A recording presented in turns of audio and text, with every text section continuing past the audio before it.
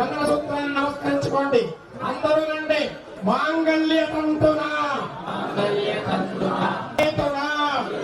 అంటే మనము లోకరక్షణ కొరకు స్వామి అమ్మవార్లకు సమర్పణ చేస్తున్నాం. మాంగళ్య తంతునా లోకరక్షణ హేతునా కంఠే భద్రాణి సుభగే.